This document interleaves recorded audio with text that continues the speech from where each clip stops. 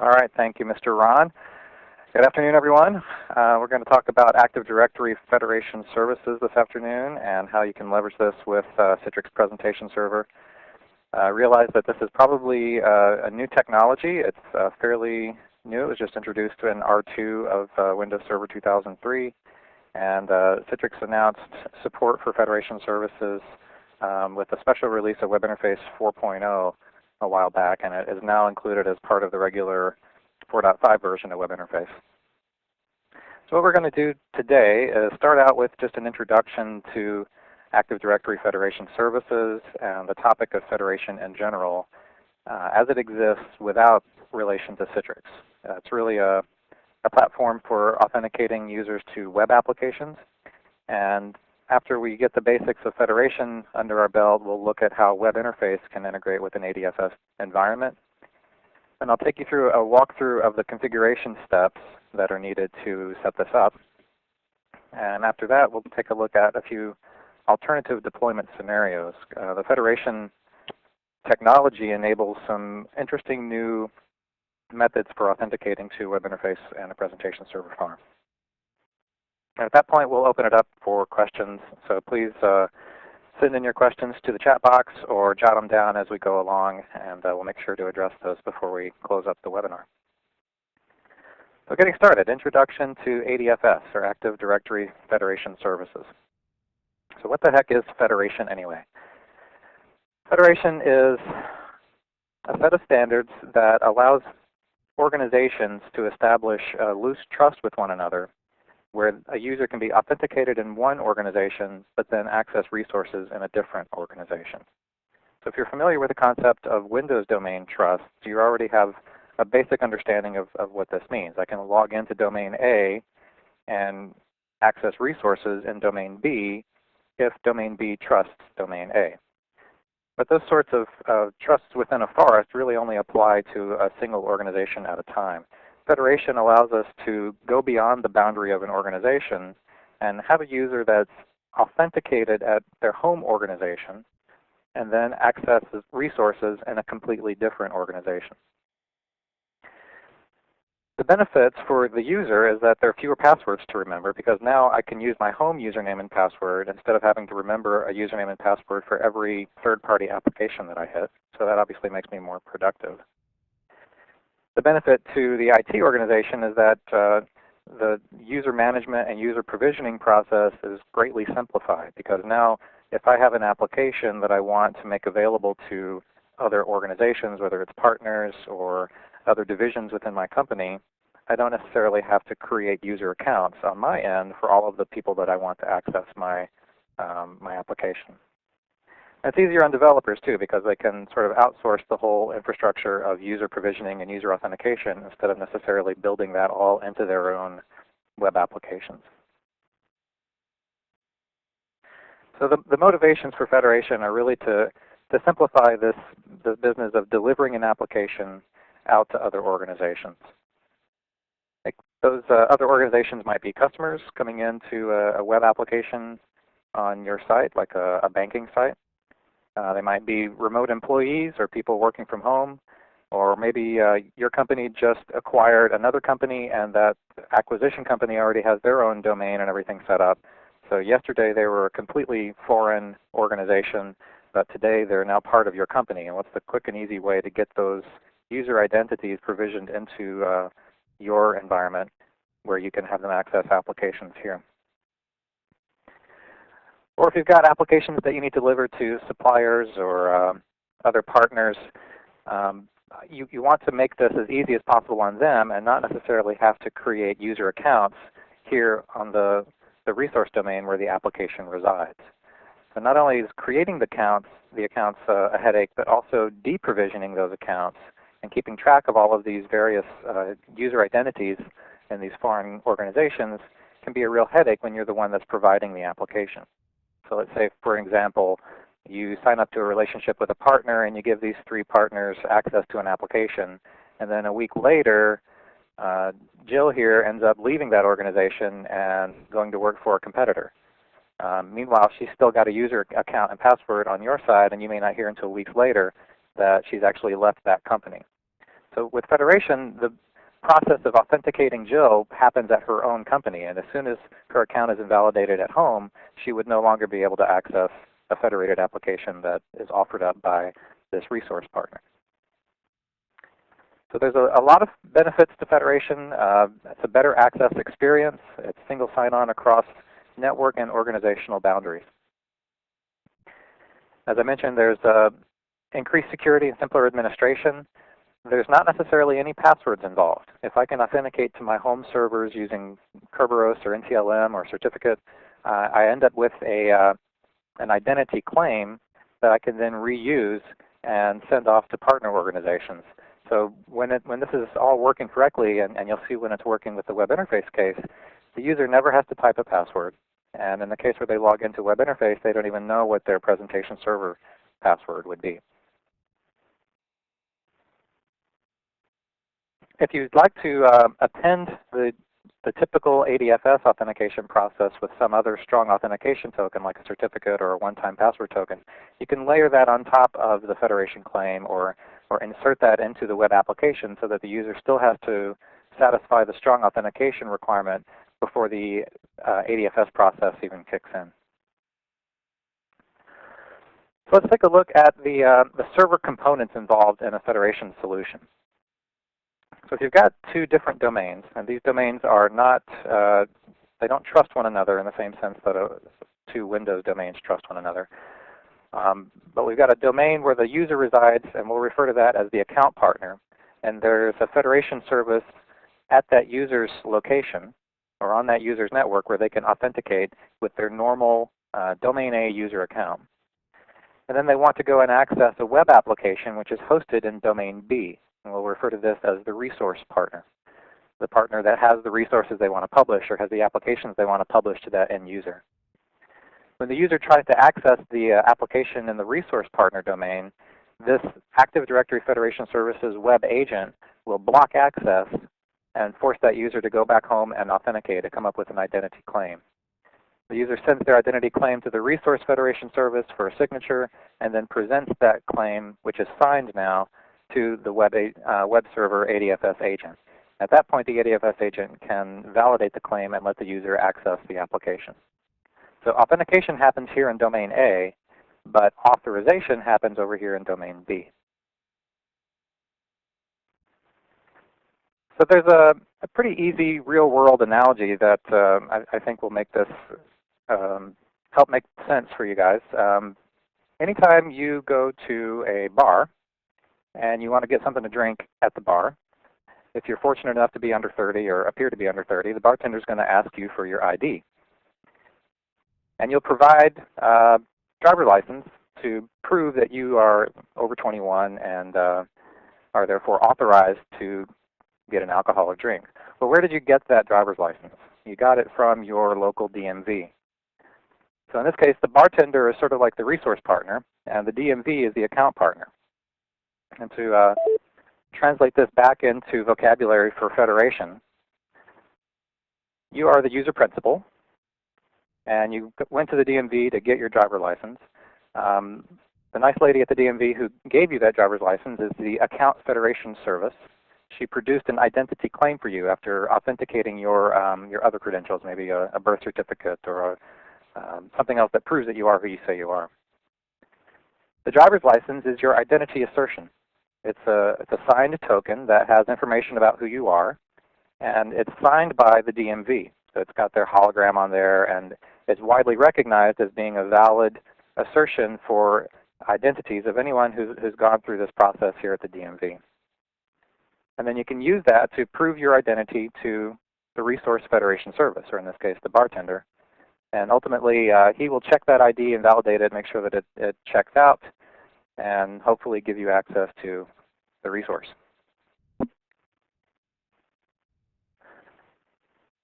Now at a technical level, this is done through a collection of HTTP redirects.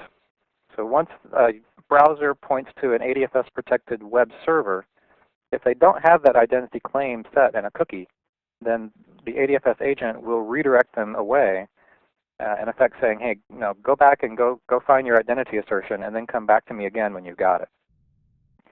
So they start off by being redirected to the Resource Federation service, and they may need to choose their home realm. If the resource partner has multiple account partners that they're working with, they might at least need to identify, hey, I belong to organization B here, not organization A.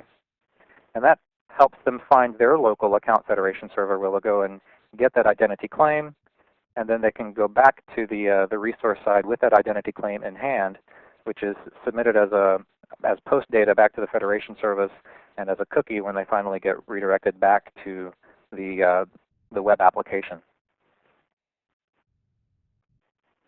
So what does an identity assertion really look like? Well, here's a basic example. This is a pseudo assertion. Obviously, a real identity assertion would be much longer and uglier than this, but the basic information that's inside an identity assertion is your name, like your UP and username, a unique ID of the Federation service that issued this claim, or a URN. This universal identifier here needs to be unique for every organization. You can make up an arbitrary name to complete this URN, but it does need to be known by both sides of the Federation conversation. And you see that there's a digital signature that's included here, which guarantees that none of this information has been tampered with. And this digital signature can be verified by anyone who has the public certificate of the account partner. We'll talk about certificates a bit more in a moment, but the certificates are everywhere in a Federation solution. They permeate every component, and they're used to sign claims and then validate those signatures. You notice that there's also a timestamp on this identity assertion. These assertions are only valid for a fixed amount of time, and it's important to synchronize clocks between both sides of the Federation discussion. So it's a good idea to use an internet time service so that all of the clocks on the account partner side and the resource partner side are within 5 minutes of each other. Now let's walk through the Federation process in more detail so you understand exactly what happens with each redirect. I should point out that there are a lot of steps that I'm about to show you, but to the end user, this all happens under the hood. So they might hear their browser clicking a few times as all these redirects are taking place, but there's nothing that the user has to do once they've identified their home realm. So step one is the user points to some web application at the resource partner, and this is protected by the ADFS web agent. That's an ISAPI filter plugged into IIS. So the ADFS agent recognizes that this client has not yet authenticated, and it redirects them to the Resource Federation service. Now at this point, if the user hasn't already identified which organization they belong to, then they'll be prompted to choose their home realm. And that home realm discovery page looks like this. Obviously this is not attractive, and out of the box this is what it looks like, but you are free to customize this page. It's also possible to bypass this step altogether by giving the users a specially formatted query string. So you can basically give them a URL that already includes all of the information that they would need to authenticate to their home Federation server and then come back into the resource web application. But for users who just point to the protected application, this is the next thing that they would see. They'd be asked to choose their home realm. And they'd see a drop-down menu here by default that lists all of the account partners with whom the resource partner has a relationship. Once the user's gone through this exercise once, their choice will be remembered as a cookie, and they won't need to do it again. The next time this screen won't appear, it'll just sail right past this step and go on to step 3. So let's say I choose my home realm, I find the company or the domain that I belong to, and I click Submit. That will cause my client to be redirected to my home Federation service. You see the Federation service at domain B knows what the URL is for the Federation service at domain A, and that's where it sends the user whenever they tell the Federation service over here that they belong to domain A. So they're redirected back to their local Federation service, and here's where a challenge occurs, and they have to authenticate. The exact way that they authenticate is up to this Federation service at domain A. It can be a Kerberos authentication, it can be username and password, or it can be a certificate authentication.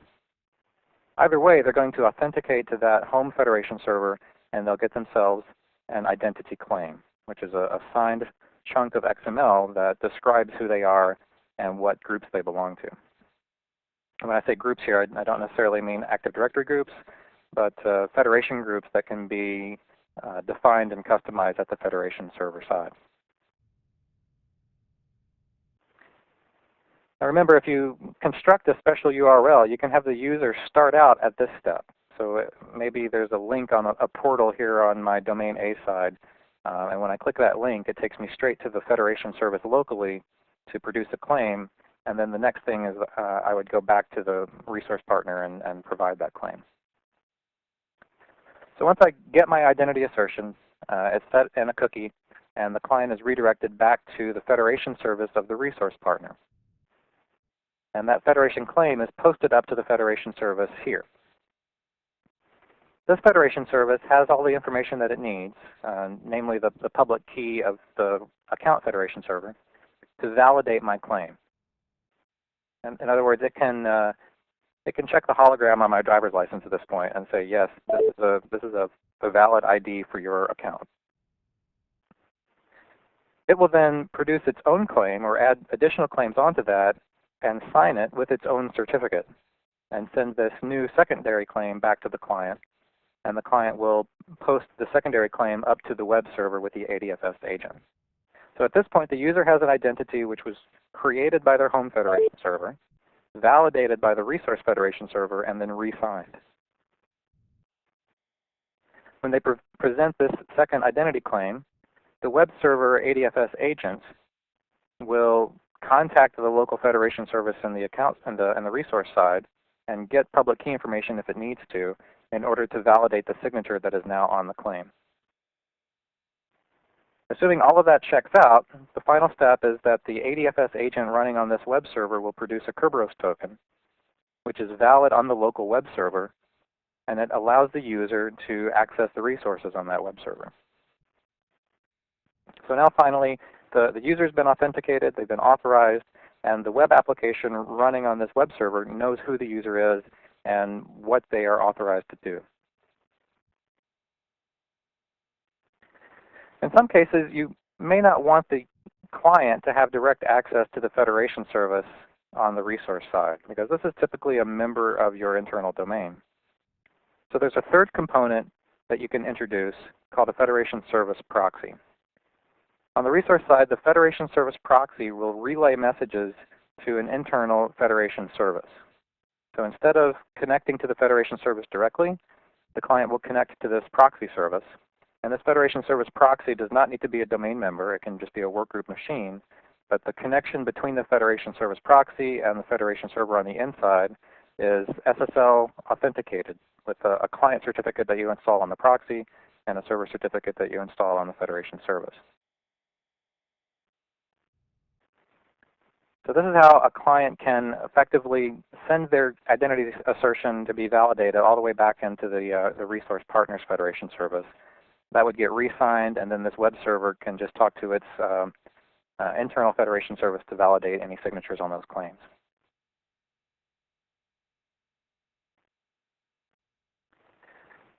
If you're wondering how to install Active Directory Federation services, you need R2 for Windows 2003.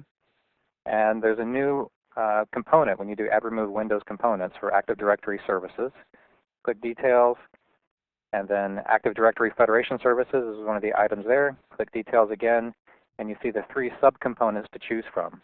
The ADFS web agent needs to be installed on any web server that you wish to protect with ADFS authentication. The Federation service is what you put on a domain member inside your organization to produce claims and also validate claims from other organizations. And I should point out here that the Federation service can check the Active Directory for user account information, or it can also talk to an isolated ADAM directory, Active Directory application mode. And then the Federation service proxy is the component that you may want to put in the DMZ to protect your Federation service.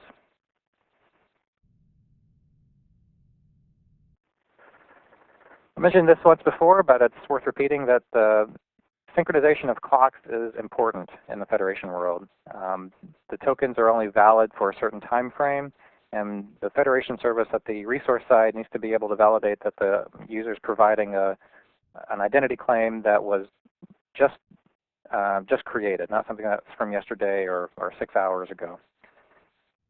So the rule is they need to have their clock set within 5 minutes of each other, and the best way to do that is to use an external time server, something like time.nist.gov.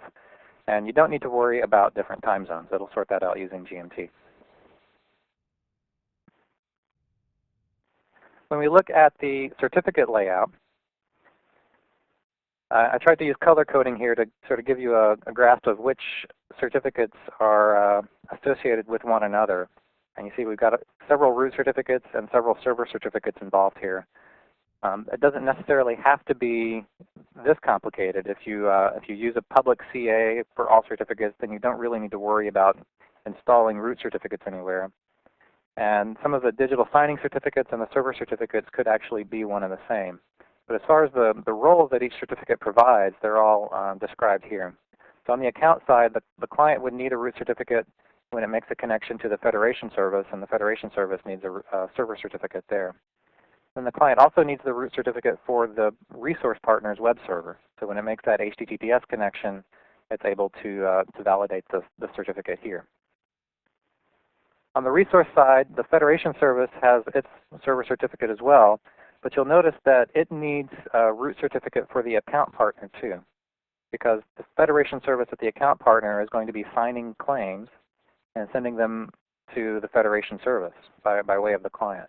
In order to validate the signature written to that claim by the account partner, the Federation service needs the public half of that account partner's private key, or public-private key pair. So long story short, it's very difficult to pull this off if either the account partner or the resource partner is using private certificate authority. Because chances are, if this is a private CA at the account partner, the Federation service won't be able to contact that CA to validate the certificate revocation list. So not only does the root certificate need to be in place in these cases, but the party that's validating a certificate always needs to be able to contact the certificate authority and download the latest certificate revocation list to make sure that this is not being signed by a revoked certificate. Also on the resource side, you'll notice that the Federation service proxy has a client certificate, not the same as a root certificate, but a user certificate with a private key, and that's going to be their authentication when they want to talk to the Federation service. So the Federation service needs the corresponding client certificate without the private key installed into the Federation service here.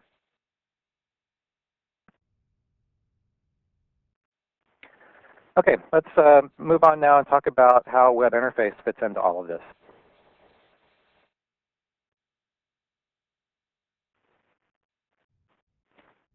I mentioned at the outset that Federation was really designed as a set of standards for protecting web applications. And Presentation Server delivers not web applications, but Windows applications. And Citrix extends the benefits of Federation to the applications that are published by Presentation Server. So we can get to things like the SAP client or mainframe clients or Office applications, CRM applications. We can get to file shares, but if you publish Windows Explorer or publish IE, you can get to web applications that are completely inside the firewall of a partner organization by using Presentation Server as a published browser. So all of these other applications that we can deliver today with explicit authentication can also be delivered using Federation services to authenticate the user. And obviously this will improve user provisioning and security on the user side for Presentation Server administrators, because they no longer have to create user accounts for every single partner organization and every single user that comes into their farm. Or to be more technically accurate, I should say, they don't have to maintain those user accounts. Accounts have to exist, but they're not the user's true account. And if that user happens to leave their home organization or they get fired, then they'll immediately be revoked from accessing anything on the resource side. Hey Jay, real quick, is the the permissions that are assigned, are they put in like the authenticated users group, or is that kind of, do we need to kind of put aside the notion of, I guess, normal Windows group permissions? On the presentation server side, there will be some shadow accounts that get created, and that's ultimately what the user's identity gets mapped to. Okay. So I'll go into that again in a few more slides here, but the user's identity assertion is going to be translated into a Windows account on the presentation server side, but it's not an account that they need to know the password for. Then ultimately, the published applications will be published to those shadow accounts, and those shadow accounts would need the same sorts of permissions that typical user accounts would.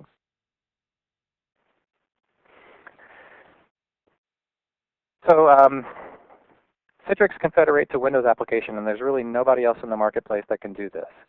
Citrix uniquely enables federated single sign-on to web, Windows, and host-based applications. And the last mile here is the application authentication itself. If the application needs a username and password, and of course we have Password Manager as an answer to that. Password Manager also works in a federated environment. So you can deliver or leverage ADFS for a complete end-to-end single sign-on experience where the user authenticates to something in their home domain, and then they get signed in all the way through to web interface, to presentation server, and into the application using Password Manager.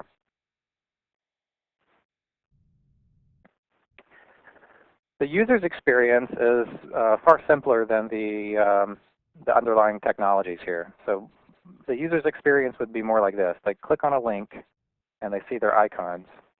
And when they click their icon, the application launches. So they are never prompted for a password. And if you got Password Manager, the application would never prompt them for a password either. So it's extremely simple for the end user.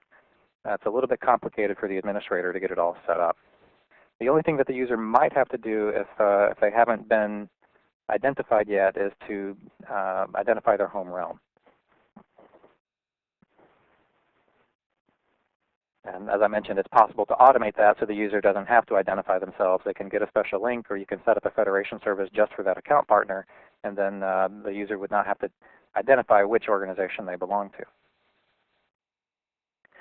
So let's walk through the same sort of federation step by step, but this time as it pertains specifically to Citrix Web Interface and Presentation Server.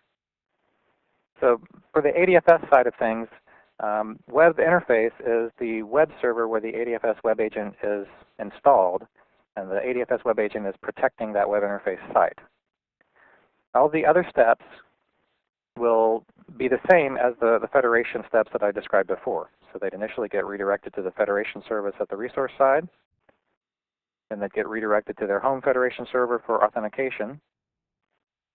They get a claim, they go back to the resource federation service to supply that claim. The federation service here adds its own information and its own signature, and then the client connects back again to web interface.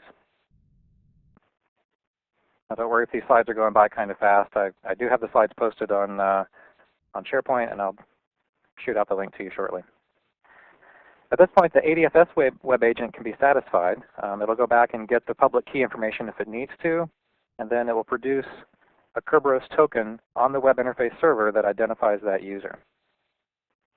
Now this is really where the magic takes place, because this Kerberos token is going to be valid if the web interface server here is a member of the same domain as presentation server.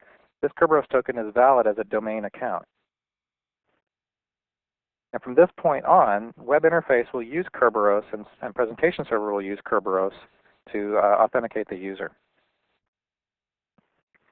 So we get this token for a shadow account, which has been pre-created in the presentation server domain, and applications have been published to that shadow account.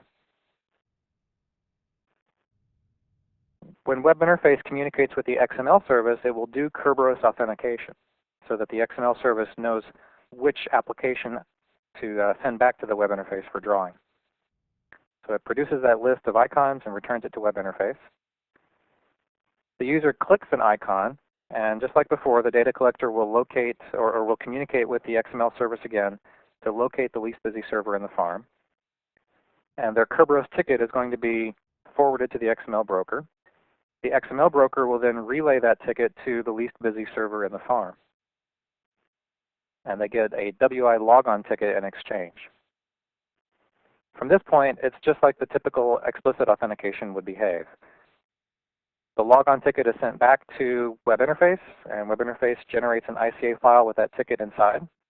It'll also get a ticket from the STA if it needs to bypass or if it needs to go through an access gateway. And it sends the ICA file down to the user. Finally, the user would connect through access gateway if necessary and all the way into this least busy presentation server. At that point, they would produce their logon ticket, and the ticket would be associated with their Kerberos token, and they'd do a Kerberos logon into that presentation server. So obviously, a lot of Kerberos going on the backside for web interface and presentation server, and that's going to introduce some requirements for Kerberos delegation back in your domain. So just to summarize the requirements, web interface and the Federation servers must be Windows 2003 Release 2. But those are the only servers on the CPS side that need to be at R2. Domain controllers don't need to be upgraded, and presentation servers don't need to be upgraded to R2 necessarily. Presentation server needs to be 4.0 or 4.5 when that gets released, and version 4.0 needs to have hotfix rollup pack number 2 or later. You need to enable trust requests sent to the XML service. The domain functional level does need to be native Windows 2003, but you don't have to upgrade the domain controllers to R2. Also, for each account partner, you need to add a UPN suffix to the domain on the presentation server side as an alternate UPN suffix, and create shadow accounts for the users who will log in. Now, this is probably the biggest headache for the deployment today, in that you do need to know the usernames at the account partner that are going to be logging in.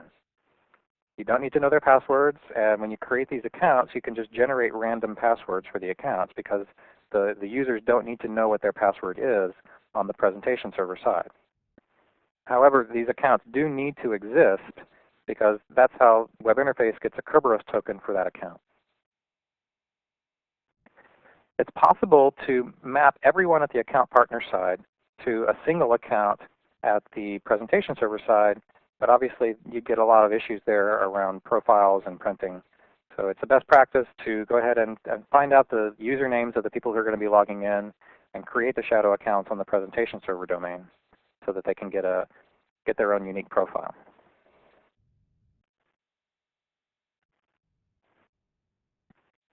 The other constraints here that may prove to be stumbling blocks at first, or roadblocks I should say, the web interface server needs to be a member of the domain.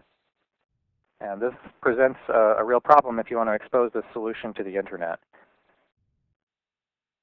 The XML service also needs to be delivered by IIS.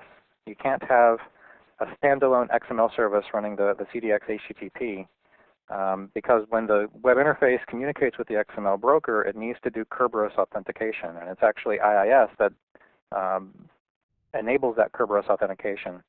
So XML service needs to be served by IIS. When you install Presentation Server, we call this IIS port sharing. And finally, as I mentioned before, revocation information for all certificates involved has to be accessible by all parties. When you look at a certificate, you'll go to the Details tab and find the certificate revocation list URL. That URL needs to be accessible by both Federation servers.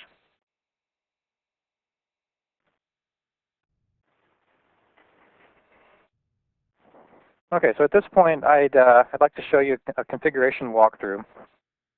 I've got a demo environment, and due to the complexity of it and the limited time that we've got, a number of the steps have already been performed, but I'll show you what I've done, and then we'll go through the steps of creating a web interface site and defining the ADFS application.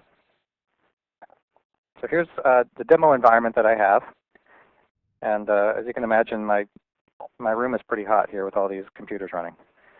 But we've got an account partner where there's an old Windows 2000 client. There's a domain controller and a Federation service.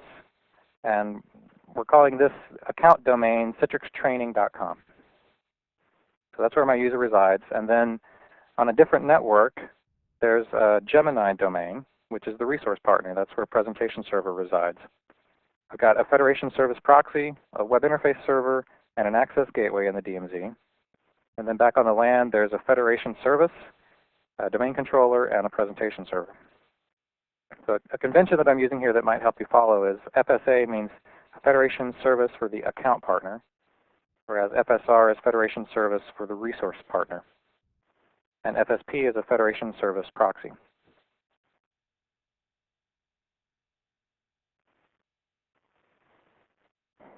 On the account partner, this is where Joe User lives.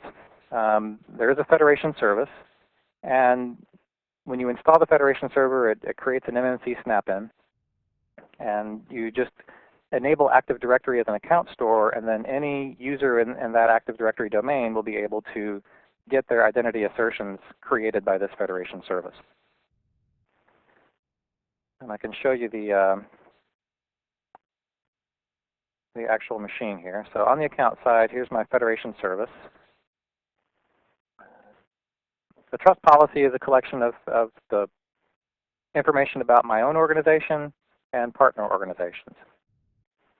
So all I've done is I've enabled Active Directory as an account store and said that for identity claims, we can get the user principal name. So when Joe User authenticates to this Federation Service, it'll produce a claim that includes a tag in there that says Joe User at citrixtraining.com. We also need to identify any partner organizations. So in this case, since Citrix Training is the account partner, we need to identify Gemini as the resource partner. So I've gone ahead and defined the Gemini domain as a resource partner. You can define a partner by importing their trust policy file. I'll show you how to create one of those in just a second. But you can see there's not a whole lot of information that you need to define a partner. You need to know what its unique ID is, or URN, and you need to know what its endpoint URL is. This is the service that's exposed to the Internet, where users should send claims, and we can have those claims validated. So in our case, this is going to be the Federation Service proxy that's exposed to the DMZ on the resource side. Once you've got the Federation Service installed and you've defined your URN and what account stores you want to make available, you can export that Federation Service to a file, or the trust policy to a file. And this file is going to include the name of your organization, the URL for your Federation Service proxy, and any certificate information that other partners would need to validate your claims. So just as an example, I'll go ahead and export that out to a file here.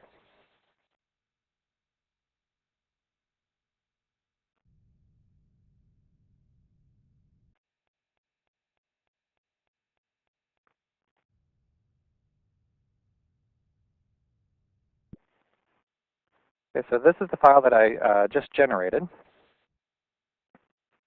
And I can now hand this file to any other account partner that I want to establish a relationship with. And it greatly simplifies the process of defining these settings in the ADFS snap-in. So you can see this file has all of the information about my organization, and it's also got the public certificate that's needed to validate any signatures that I might come up with.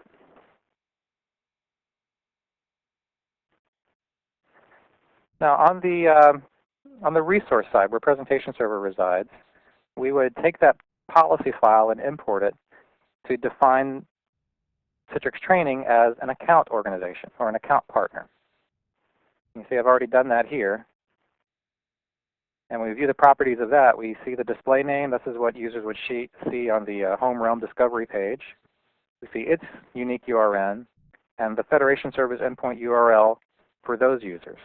So if a user needs to authenticate to that organization, this is where they'll be sent. And this is an internal URL that only makes sense for users who belong to that organization. The verification certificates are in there, and we can also talk about what sorts of resource accounts exist. And for a presentation server deployment, you want to make sure it's set to resource accounts exist for all users. That means you're going to create local shadow accounts in the resource domain that correspond to users from this account domain.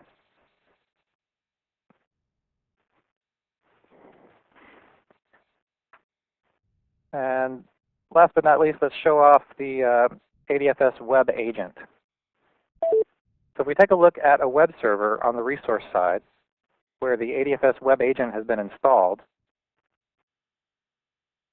open up IIS Manager, and you'll notice a new tab because the ADFS web agent extends the schema of the IIS metabase. The ADFS web agent tab shows up in the website properties file, and here's where you can identify the URL of your resource partner Federation service. So this is where the web server will go to get the public key that it needs to validate any signatures that have been added to identity claims that come in through the web interface agent.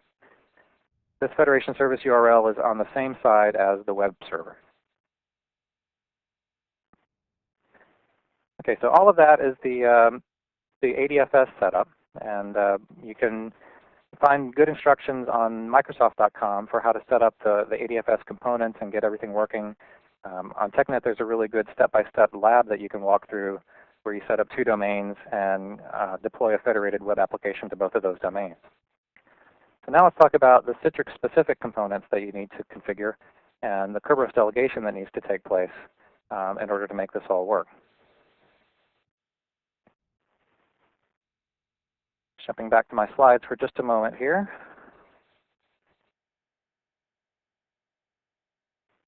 So I showed you the ADFS snap-in at the resource partner.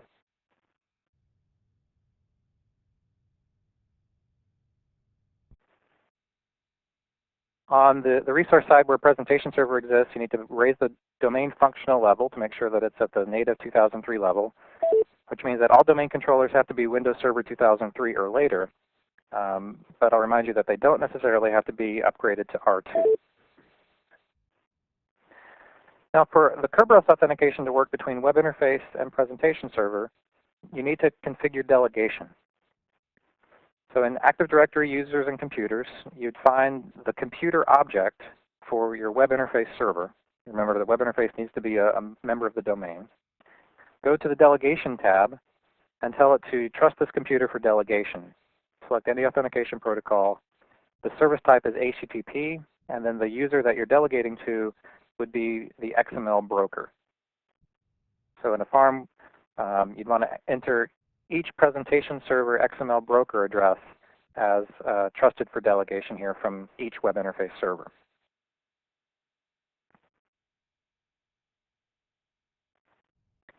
And similarly, on the presentation servers,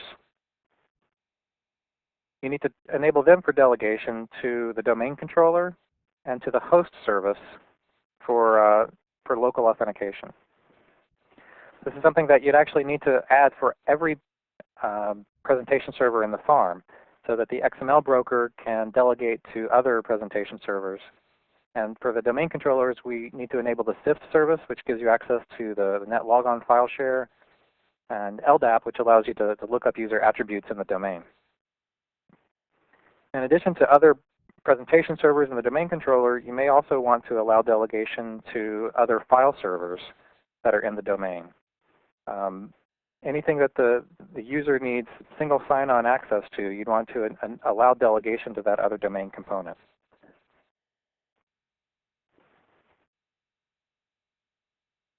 Also, back on the resource domain, you need to run Active Directory domains and trusts and add the account partner's UPN suffix as an alternate UPN suffix. So you see here, this is the Gemini domain, which is the domain where presentation server resides. And I've added as an alternate UPN suffix citrixtraining.com, which is one of my account partners. You add that as an alternate UPN suffix, and then you need to create shadow accounts for users coming in from that different domain.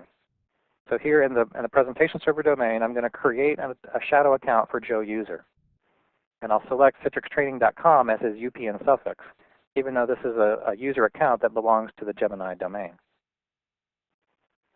So I can set this password to whatever I want, and I can make sure that the user is not allowed to change the password and the password never expires. And nobody needs to know what this password is. But you'll then publish presentation server applications to these shadow accounts. So you can make this user a member of a group and then publish applications to that group, and that's what they'll see when they log in. So that bit has all been done already. Let me get back to the consoles here. So see on my resource domain controller, I've got the shadow account created for Joe user. And his UPN suffix is citrixtraining.com instead of gemini.ctxf. And I've got some applications published to that shadow account. What I want to do now is create a web interface site that uses Federation. So I've got web interface installed here on the server that's protected by the ADFS web agent. This is version 4.5, so I'll create a new site, an access platform site. Stick with the default path, Citrix/access platform. And you can see this is going to be my external URL. I'll go ahead and grab a copy of that.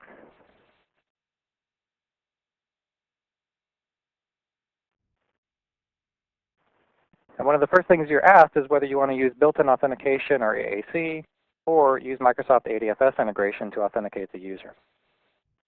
So we'll choose Microsoft ADFS. The return URL is the public URL that users need to be able to get to whenever they access this application. So they'll get their identity claim, and then they'll be redirected back to this location. And this needs to be valid on the Internet. The only piece of information that web interface needs is the location of your Federation service. And this is the Federation service on the resource side, or on the same domain as the web interface server itself, which is HTTPS. My Federation service here is gemfsr, and then they give you the rest of the path as an example below.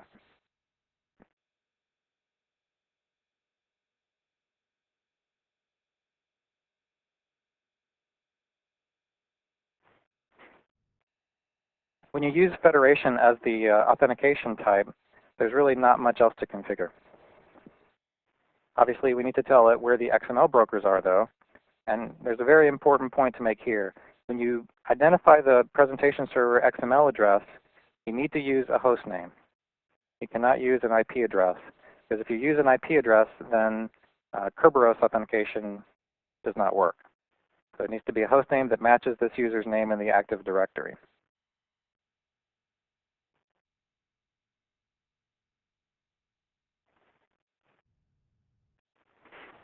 All right, now this URL exists on my web interface server, but in order for this web application to be accessible through ADFS, it needs to be defined as an application in my ADFS snap-in. So I'm going to go back to the resource Federation server.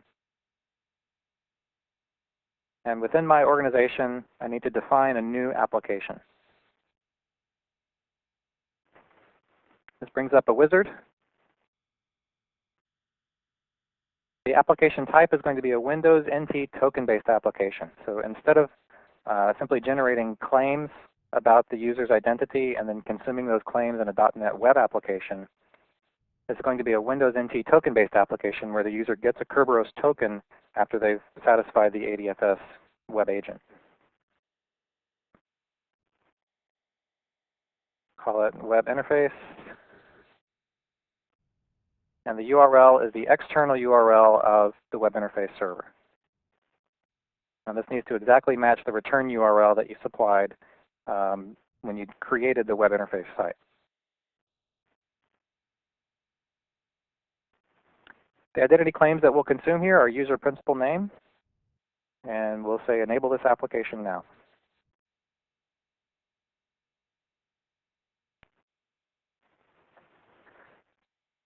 Okay, on the resource side, we're ready to go. Let's go back to the account side and log in as Joe user. So this is Joe user at the Citrix training domain. He sits down at his desk and logs in with his domain password in the citrixtraining.com domain.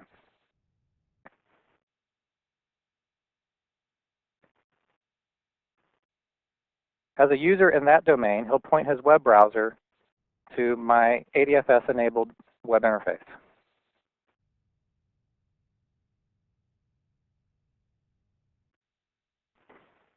And since this is the first time that the user's tried to access that application, they should be prompted to define which realm is their home realm. So you can see this is the Federation Service proxy asking the user, hey, which organization do you belong to? I'm aware of multiple account stores. You need to identify which store you belong to. Right now there's only 2, but this list could be a long list depending on how many relationships the resource partner has. When I submit that, I get redirected back to my home Federation service where I got authenticated, and then my identity claim will be posted back up to the resource side. So now the web agent, the ADFS web agent, has let me through, and it's now allowing me to access the web interface site. And the web interface scripts are compiling at this point.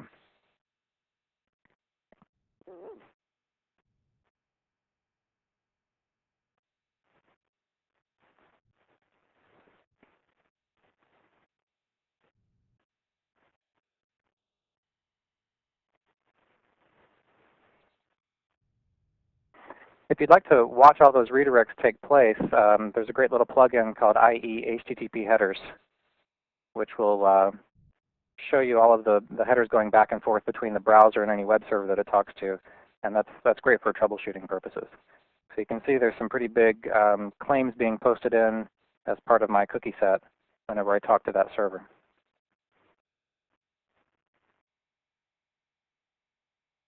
And there we go.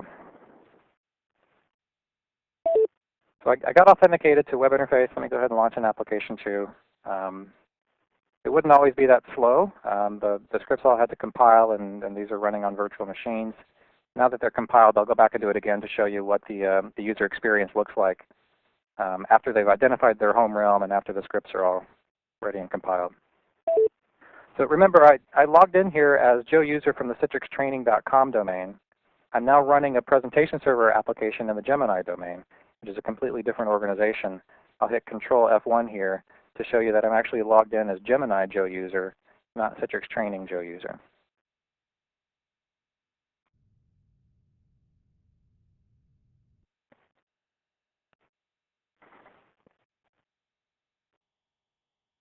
Let's go through that again and see what it looks like when the scripts have all been compiled.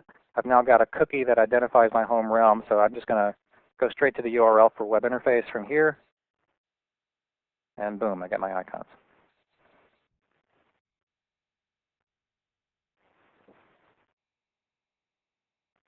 There's a log off button here, but it doesn't really log you out unless you can lose your identity claim somehow on the Federation side. So I can log off, and it does clean me out of the Federation service, but all I have to do is click back again, and it's going to revalidate my claim or get a new claim if it needs to. So it's kind of tough for the user to actually sign out of a federated web interface site.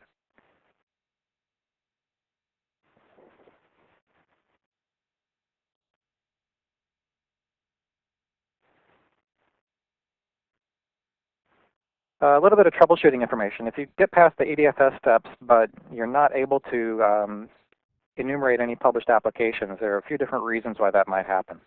One, the XML broker needs to be integrated into IIS. If you're running the XML broker on its own port, then this is not going to work. If the web interface server is not trusted for delegation, and when you set up the delegation properties in that AD object, then you'll get this error as well. If the XML broker is configured as an IP address instead of a host name, it will cause this problem. Or also watch out for collapsed environments where web interface and presentation server are installed on the same machine. In that case, the ADFS web agent may also be protecting the /scripts folder, which would deny access to the XML broker.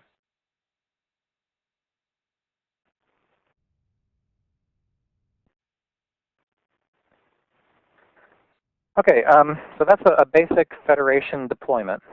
And I'd like to now depart from the basics and show you some of the alternative ways that you can deploy ADFS or leverage the technology that allows ADFS to work in the first place. So here's the minimal presentation server deployment. which I demonstrated, except there was a Federation Service proxy in the mix there, where you've got a client in one domain, presentation servers in a different domain, and Federation servers on both sides to validate the user's identity and then sign those claims when they come in.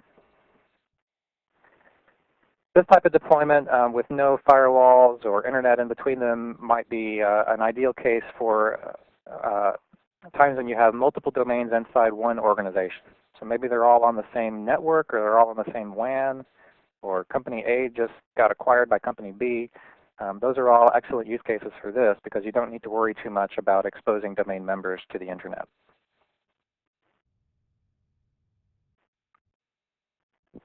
If you do want to deploy this to the internet and you have a customer who's willing to put a domain member in the DMZ, then the internet deployment would look something like this. The web interface server would need to be able to reach a domain controller on LDAP and Kerberos ports, and it would also need to be able to reach the Federation service. And then clients could log in through that web interface server, and then when they make the ICA connection, they can connect ICA through the access gateway. The access gateway in this case is only going to be used to proxy ICA traffic, not HTTPS traffic.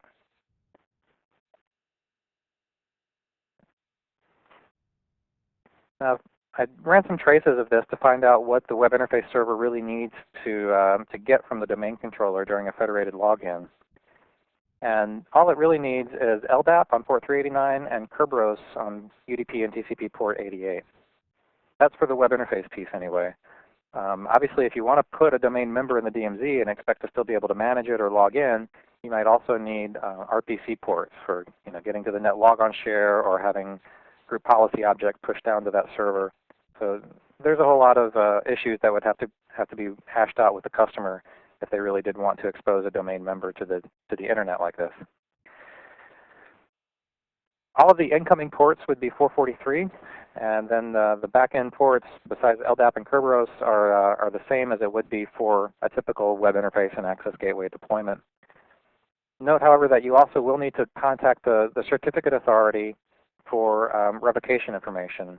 I believe both web interface and the Federation service proxy needs to be able to validate those certificates.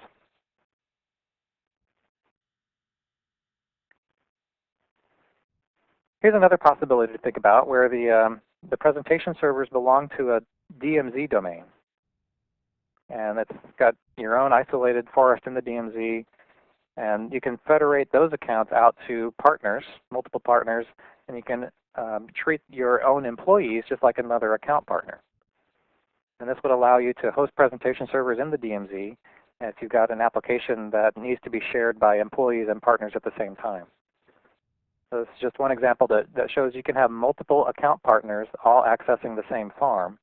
In a case like this, you would have 1, 2, 3, 4 different UPN suffixes as alternate UPN suffixes in this DMZ forest. And the users would come in from all those different domains and have their identities validated by their own Federation services.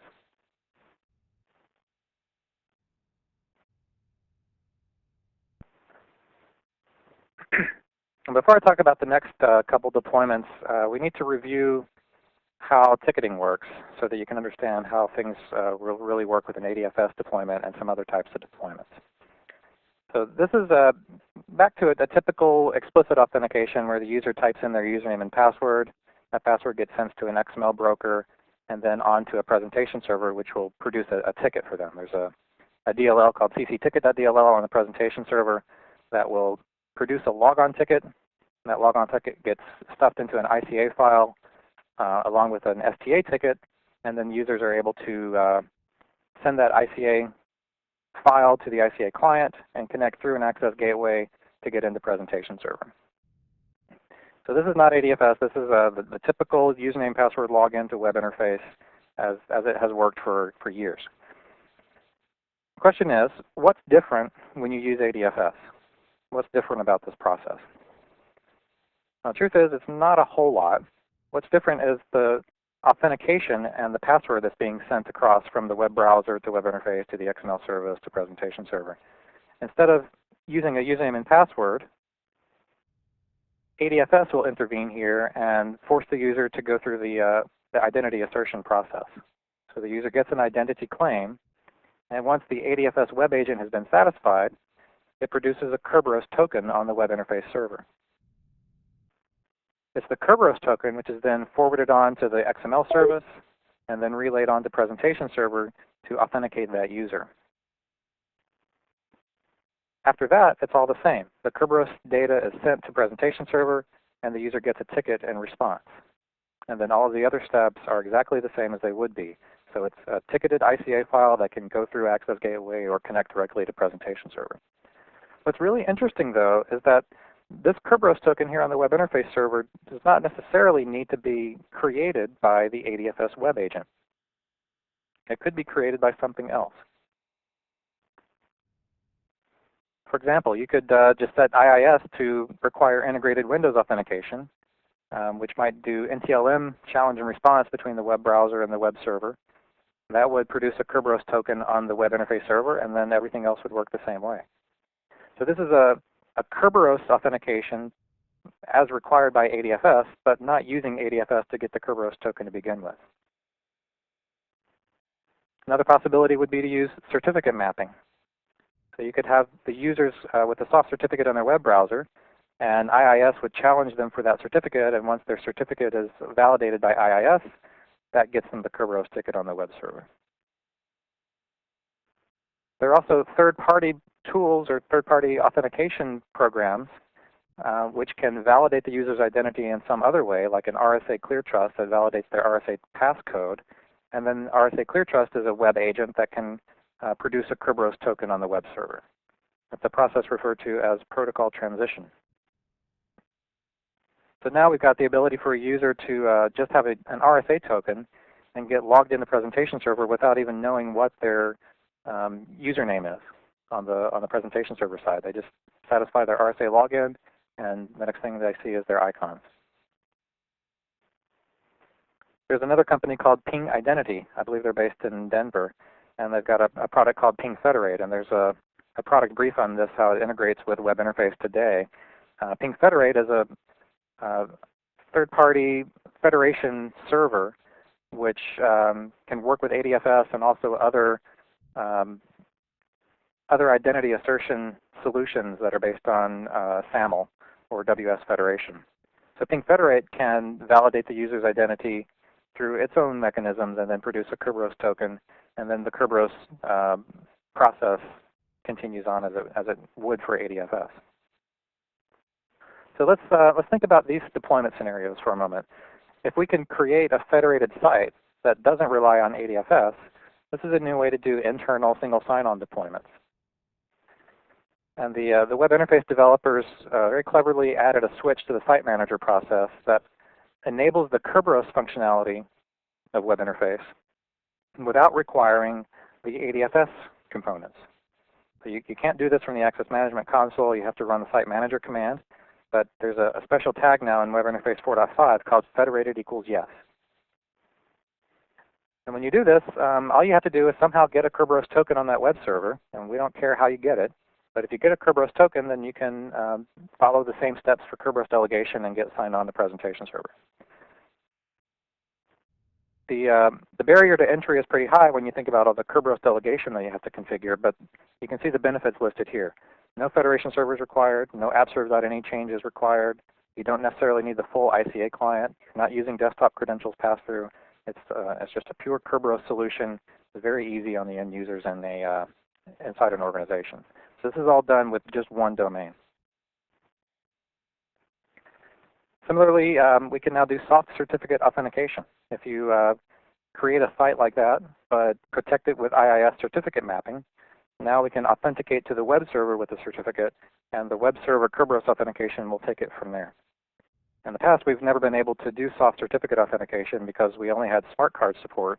And once you got connected to the presentation server would have to read your certificate off of a smart card by intercepting a smart card virtual channel. But with this solution, the certificate is only needed to authenticate you to the web server, and then it's Kerberos delegation from there.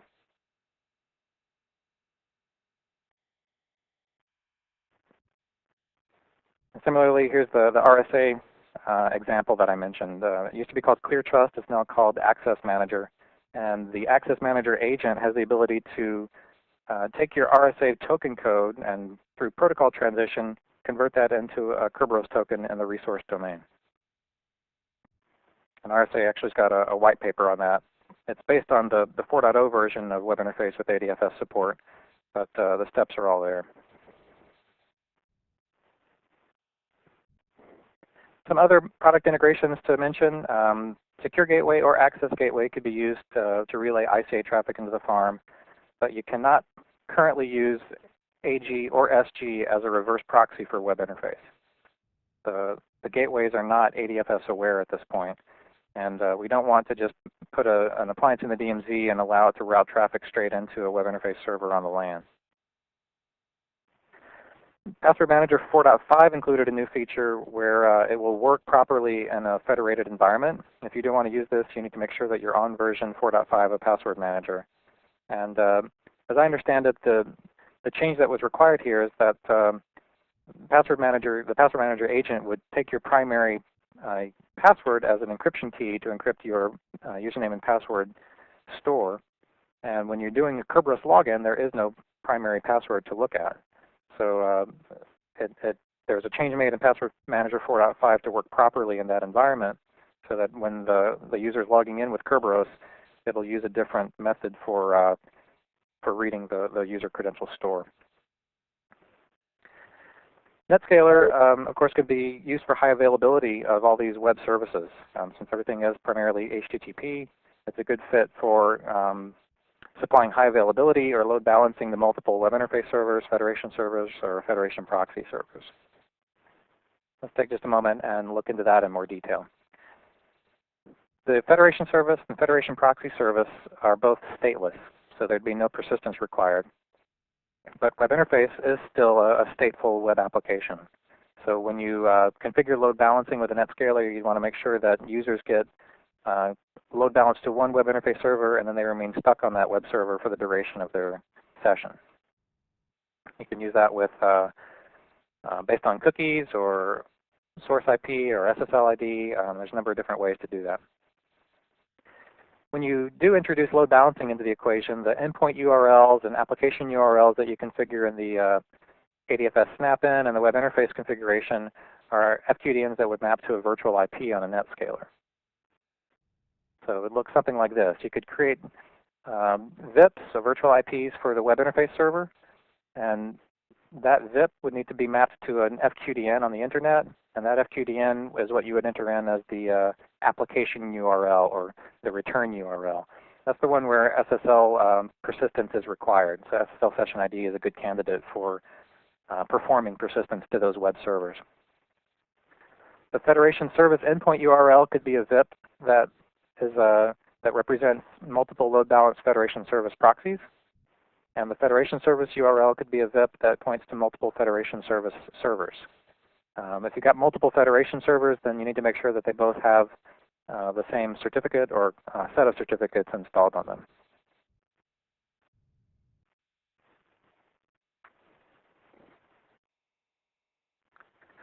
And just to review some of the current issues and pain points of the solution, web interface has to be a member of the domain. And that's obviously going to be a roadblock for some customers if they want to do this across the internet. But for multiple domains within an organization, or when the two different domains are connected by a WAN link, that might not be an issue. We don't have an ADFS-enabled reverse proxy. Access Gateway and Web Interface must both reside in the DMZ. There is a long-term intent to get our gateways ADFS aware, but that's not going to come anytime in the near future. There's a bug right now in the Presentation Server 4.0 XML service where if an application has been published and it's been set to be available only to access gateway users who satisfy a certain filter, those icons will still show up for ADFS users, even though the user should not qualify for them. If they try to connect, they'll get an error as expected from Presentation Server. It's just a matter of the icon showing up when it shouldn't. And this is an issue that's fixed in 4.5. And also, for large farms especially, the configuration of delegation on the computer objects in Active Directory can be quite painful. And I'm hoping that somebody out there will develop a tool that helps to automate that, where you can maybe select all your presentation servers, click a Go button, and it will jump into the Active Directory and set up all of the delegation rules that they need to be. But today that's a pretty manual process. If you've got 300 servers, and that could take a few days to get all the delegation things set up correctly. So once it's done, you obviously get a lot of good benefits out of it and a lot of new deployment scenarios available to you.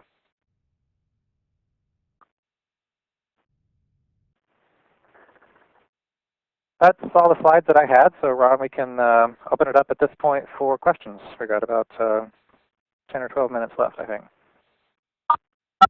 Presentation mode is now disabled.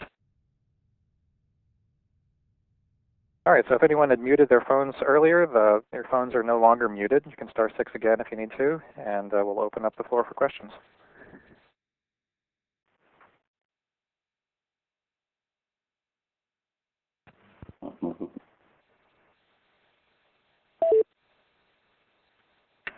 Jay, you must have done a great job. No questions. I guess. I put everybody to sleep. Hey Jay, I have a question for you. This is Paul Walker here. Hey Paul. I kind of missed a couple of the slides there, so I didn't know if you talked about it. Is the XML service still a requirement as port sharing, or has that changed in WS 4.5? That's still required. The XML service has to be delivered by IIS because when Web Interface communicates with the XML service, it needs to do Kerberos authentication to it. And it's actually IIS that does that authentication. So that's a requirement that's not likely to go away. Hey Jay, one question about the mapping or the account mapping of the domain name. Obviously, there's a lot of customers out there whose internal name doesn't match their external name. Is that a seamless transition for that to happen? Yeah. The shadow accounts need to match the UPN suffix that the user would log into in their internal domain. So if Citrix, for example, wanted to set this up and connect to a federated farm somewhere else, we would authenticate at home with our citrite.net accounts. And it's the citrite.net suffix that the resource partner would have to define as an alternate UPN suffix, because that's the claim that we're going to get from our domain. Okay.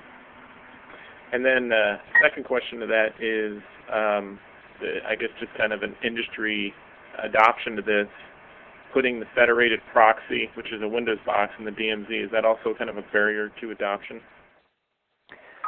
Potentially. Since that machine doesn't have to be a member of the domain, I think that customers are more willing. It's sort of along the same lines of putting a Windows Secure Gateway server in the domain. Okay. And I'm not sure if there are any third-party products out there that can do Federation Service Proxy that's not based on Windows, but that's theoretically possible. Jay, this is George Prada. How are you? Hi, George. When using shadow accounts, I mean, from my understanding, you can create a shadow account per user. Right. Does that mean that the user can, it essentially acts like you have, each shadow account will have its own profile and the user can personalize their settings like Microsoft Office? Yes. So that also work, right? Yes. Okay. And so you create those shadow accounts and you can manage them just like your own accounts. Set home directories, set logon scripts, user profiles, publish applications to those accounts. But the end user doesn't know what the password is for that account. Okay.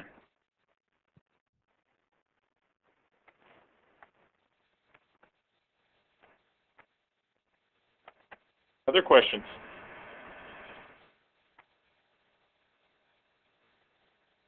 Hey. We're waiting. I've got the link to these slides. I'll post it into the chat box for the webinar.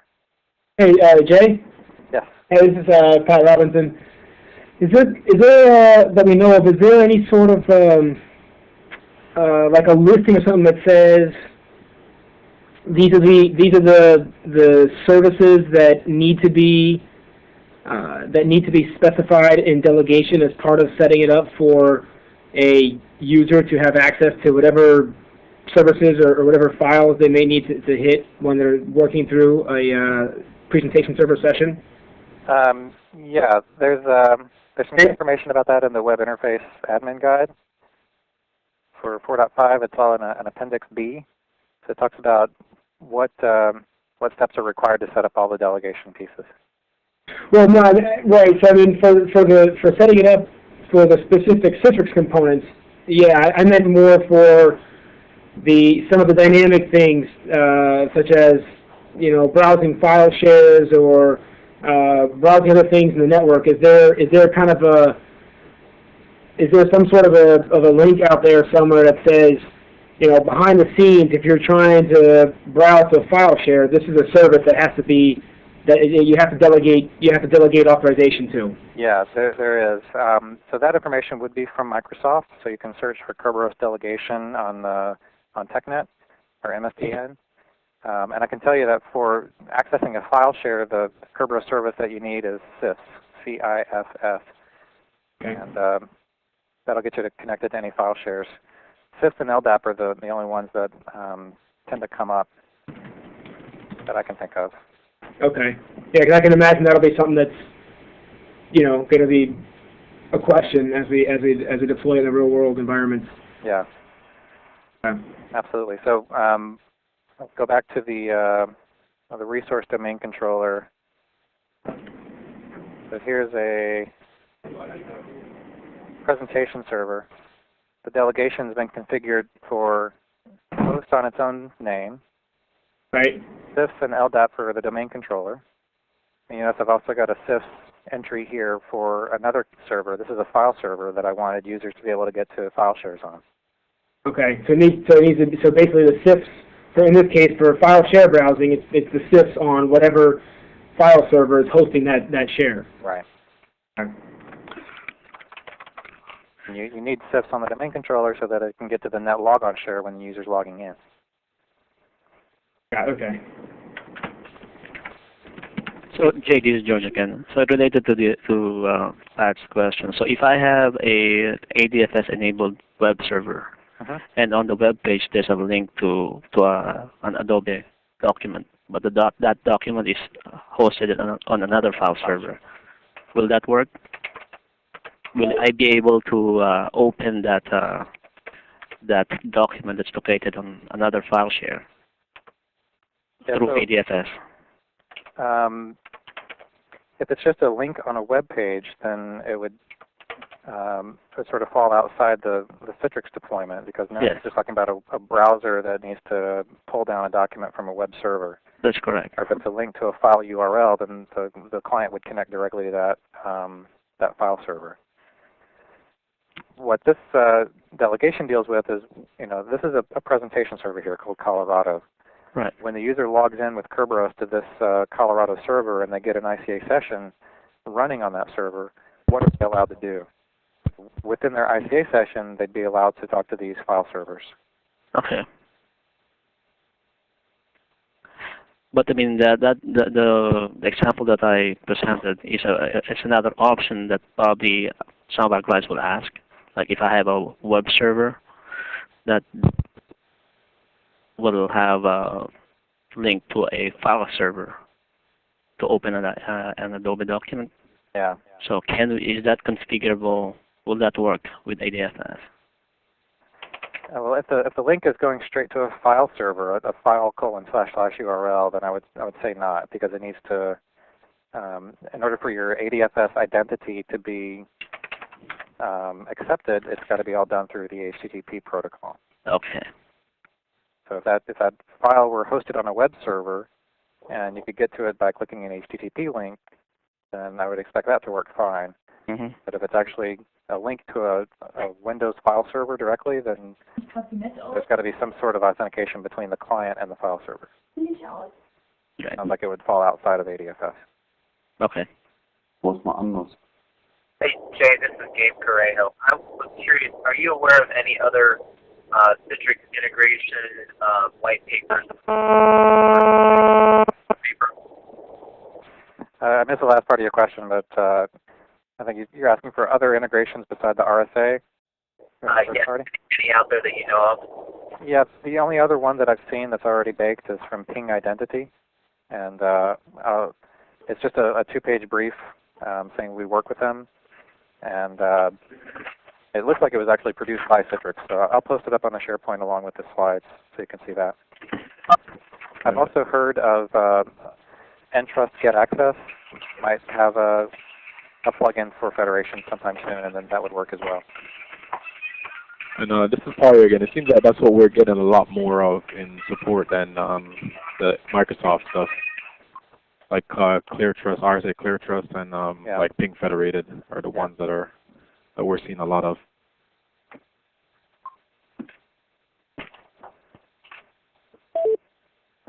I think I've got the Ping one here. Let's see. Yeah, here we go. So I'll post this, but this is what I've seen from Ping.